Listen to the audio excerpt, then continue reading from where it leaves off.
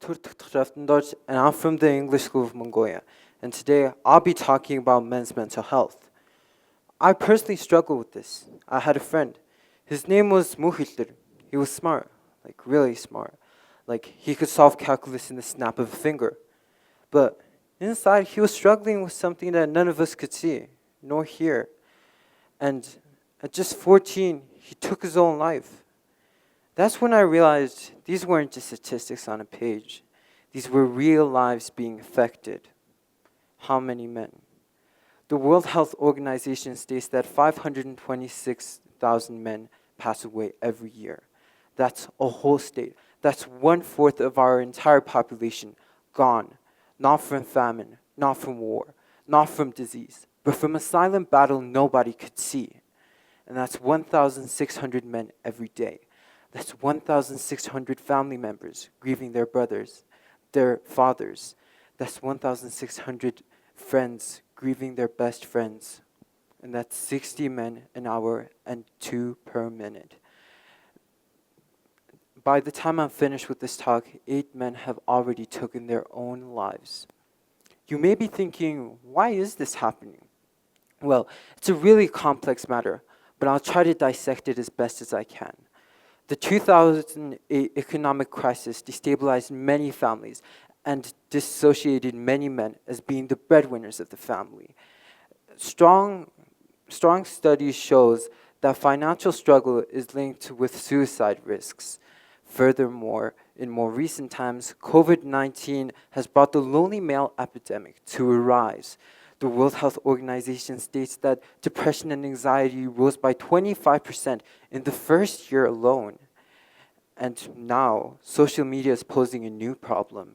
Harmful subjects, toxic propaganda, influencers spreading misleading stuff.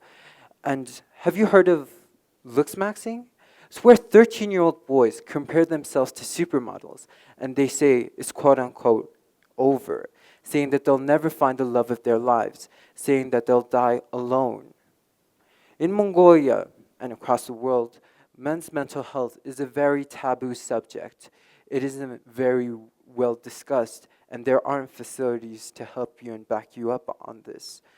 In Australia, 53% of men state that they feel too vulnerable to share their emotions, and 40% of men in the UK say that they never talked about their mental health to anybody before.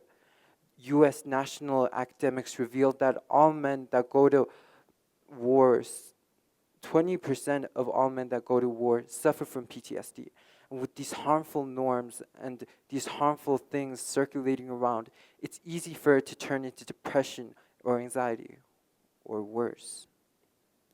As William S. Pollack, the creator of Real Boys and a Harvard graduate, said, the boy code is something that tells boys to hide their vulnerability and emotions. This can pose a great threat to their mental health. A question now I want you to ask yourself is, how many Shakespeares have never composed a play in their lives? How many Einsteins have been solving their life problems instead of math problems? How many Beethovens have never even touched an instrument in their lives? How many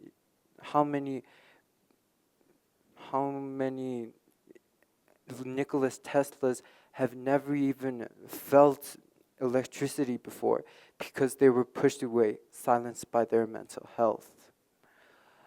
What I want you to do is go home and ask your family members, ask your friends, are you really okay?